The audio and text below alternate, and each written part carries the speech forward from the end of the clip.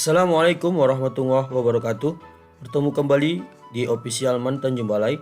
Kali ini saya akan membahas mengenai registrasi akun KIP kuliah di tahun 2022. Selanjutnya kalian buka browser. Kemudian di sini saya menggunakan Google Chrome. Kemudian silakan kunjungi alamat dari kip-kuliah.kemdikbud.go.id. Nah, pada dashboard di sini tertera informasi mengenai KIP kuliah. Sebelum melakukan proses pendaftaran, ada baiknya informasi yang ada pada dashboard ini kalian baca, yaitu mengenai KIP kuliah Kemenak, apa saja kendala pendaftaran. Kemudian di sini juga terdapat jadwal dari KIP kuliah, yaitu mulai dari pembuatan akun KIP kuliah yang sudah dibuka pada tanggal 2 Februari. Kemudian untuk SNMPTN itu sudah dibuka tanggal 13 Februari 2022. Kemudian kita tarik lagi ke bawah. Nah, di sini terdapat berita dan pengumuman mengenai prosedur pendaftaran, syarat pendaftaran, bantuan, klarifikasi dan keunggulan KIP kuliah. Nah, di sini juga terdapat perguruan tinggi atau program studi yang menerima KIP kuliah. Nah, jadi sebelum melakukan proses pendaftaran KIP kuliah harus kita ketahui dulu mana perguruan tinggi yang menerima KIP kuliah. Selanjutnya silakan klik daftar atau masuk. Nah, bagi yang sudah memiliki nomor pendaftaran dan kode akses, silakan masukkan. Apabila tidak memiliki kode pendaftaran dan kode akses, silakan klik tombol daftar. Kemudian di sini terdapat notifikasi bahwa pendaftaran akun KIP kuliah 2022 dapat digunakan bagi lulusan tahun 2020, 2021 dan 2022. Nah, di sini penting sebelum melakukan proses pendaftaran kita harus memiliki Gmail dan email tersebut aktif, karena nanti kode pendaftaran dan kode akses akan dikirim melalui email tersebut. Kemudian di sini saya akan coba masuk menggunakan nomor induk kependudukan.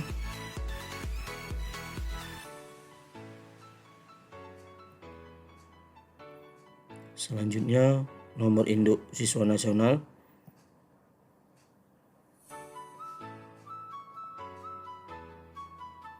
Kemudian nomor pokok sekolah nasional. Nah, bagi kalian yang tidak mengetahui NPSN sekolah kalian, silakan tanyakan kepada pihak sekolah. Nah, kemudian email. Nah, ini yang tadi saya katakan, email yang diinput di sini harus Gmail, kemudian emailnya harus aktif. Kemudian silakan klik tombol proses selanjutnya. Nah, di sini kita telah berhasil melakukan proses pendaftaran. Selanjutnya kita diminta untuk mengkonfirmasi kembali email yang sebelumnya kita masukkan, karena kita akan menerima nomor pendaftaran dan kode akses. Kemudian beri tanda centang. Selanjutnya klik tombol pendaftaran akun. Nah, di sini sukses. Kemudian selanjutnya kita buka email yang tadi kita daftarkan untuk melihat kode pendaftaran dan kode akses. Kemudian di sini terdapat notifikasi dari KIP bahwa nomor pendaftaran dan kode akses telah dikirim ke email yang kita dapat tadi. Nanti gunanya untuk masuk ke akun KIP kuliah. Selanjutnya kita copy nomor pendaftaran, kita copy kembali kode aksesnya. Kemudian klik tombol masuk. Setelah berhasil login, sini terlihat bahwa status akun belum terdata DTKS. Namun jangan khawatir, kita tetap bisa melakukan proses pendaftaran. Namun jika kita merasa kita terdata sebagai DTKS, silakan hubungi pihak sekolah ataupun kita menghubungi dinas sosial setempat. Nah, di sini status kelengkapan berkas belum lengkap. Maka dari itu kita akan melengkapi seluruh isian yang diminta dari KIP kuliah. Mulai dari kita isi biodata, klik tombol perbaharui biodata. Kemudian di sini kita diminta untuk mengunggah foto pribadi, yang mana file dari foto tersebut maksimal berukuran 300 KB. Nah, selanjutnya kita isikan data yang kosong dari tahun lulus, agama, alamat, dan lain sebagainya. Kemudian klik perbaharui biodata. Selanjutnya yang kita isi yaitu data keluarga. Silakan klik tombol perbaharui data keluarga. Nah, di sini juga diminta untuk mengupload foto bersama keluarga, sama dengan foto pribadi, harus 300 KB maksimal. Kemudian kita masukkan nik kepala keluarga. Jika tinggal bersama ayah, maka yang diinput adalah nik ayah. Kemudian nomor kartu keluarga.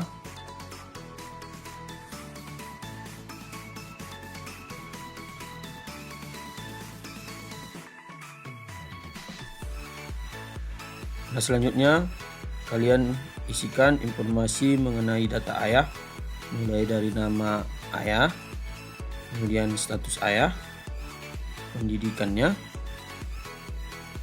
kemudian pekerjaannya. Kemudian di sini diminta untuk mengisikan detail ayah.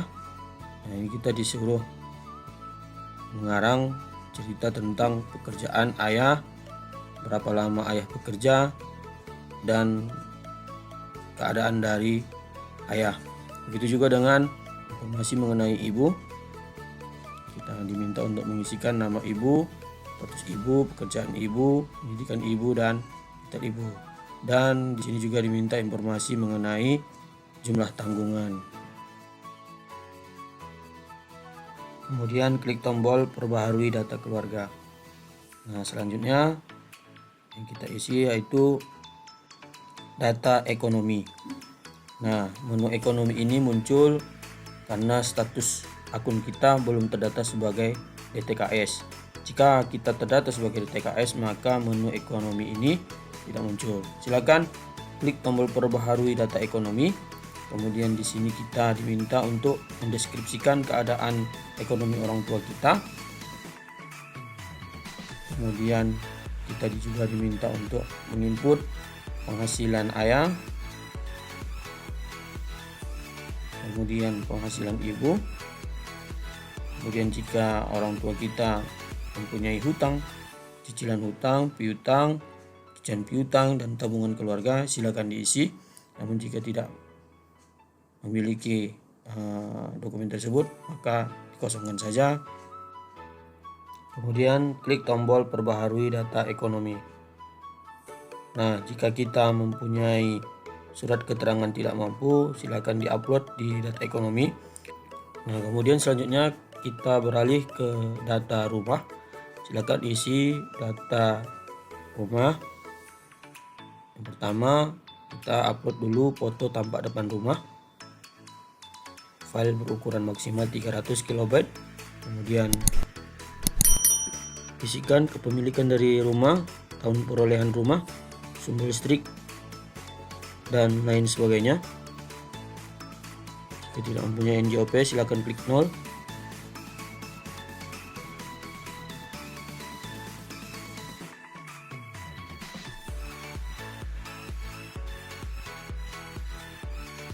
Nah, selanjutnya kita diminta untuk mengupload foto ruang keluarga. Kemudian setelah itu klik tombol perbaharui data. Nah, setelah disimpan hasil dari isian detail data rumah seperti ini. Kemudian kita lanjut ke menu aset. Nah, di menu aset ini kita diminta untuk memasukkan seluruh aset berharga yang ada pada rumah kalian. Di sini saya contohkan nama handphone, kemudian merek dari handphone tersebut, kemudian jenis barangnya,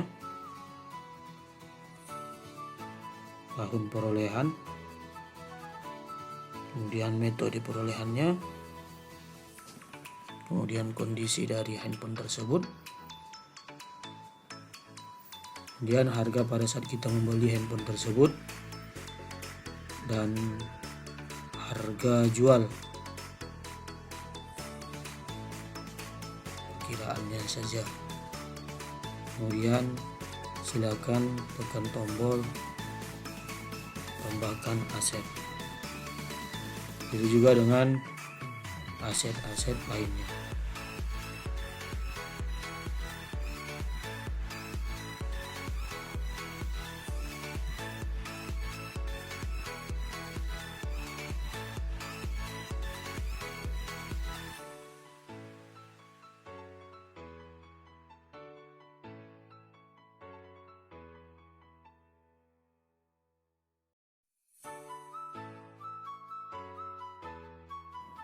Nah, setelah berhasil kita menambahkan aset, di sini saya hanya menginput 2 aset, kemudian kita lanjut ke menu prestasi. Di sini kita diminta untuk menginput prestasi sebanyak maksimal 3 prestasi. Namun di sini saya lewati saja. Kemudian selanjutnya kita ke menu rencana. Nah, di sini kita diminta untuk mengisikan data rencana apabila nanti kita diterima di perguruan tinggi tersebut. Kemudian kita diminta untuk mengisi rencana tempat tinggal kita nanti, apakah itu bersama keluarga, kos, apakah pesantren, atau belum ada rencana sama sekali. Kemudian dukungan keluarga, apakah diberikan dukungan atau tidak. Kemudian transportasi dari tempat tinggal kita yang sekarang ke lokasi kampus kita nanti. Kemudian transportasi harian dari kampus ke kos dan biaya transportasi kita. Nah, di sini saya buat 10.000, kemudian klik tombol simpan perubahan. Nah, setelah berhasil menyimpan data rencana, kemudian kita lihat kembali data rencana yang kita isi tadi. Kemudian klik tombol seleksi. Nah, pada menu ini kita diminta untuk memilih seleksi mana yang kita ikuti untuk jalur KIP kuliah. Namun pada saat video ini dibuat, seleksi untuk SNMPTN, UTBK SBMPTN, kemudian ada seleksi Politeknik sama, nanti akan dibuka sesuai dengan jadwal yang telah ditentukan. Ketika jadwal dari seleksi ini dibuka, maka kita tinggal memilih seleksi mana yang akan kita ikuti. Setelah kita memilih seleksi tersebut, maka selanjutnya kita akan menerima yang namanya CAP dan PIN yang nantinya akan kita sinkronkan ke SNMPTN jika kita memilih seleksi SNMPTN. Begitu juga dengan seleksi lainnya. Terima kasih kepada kalian yang telah menonton video ini. Semoga bermanfaat dan jangan lupa tekan tombol subscribe-nya serta nyalakan notifikasinya untuk mendapatkan video-video menarik lainnya dari channel Official Mantan Jumbalai. Assalamualaikum warahmatullahi wabarakatuh.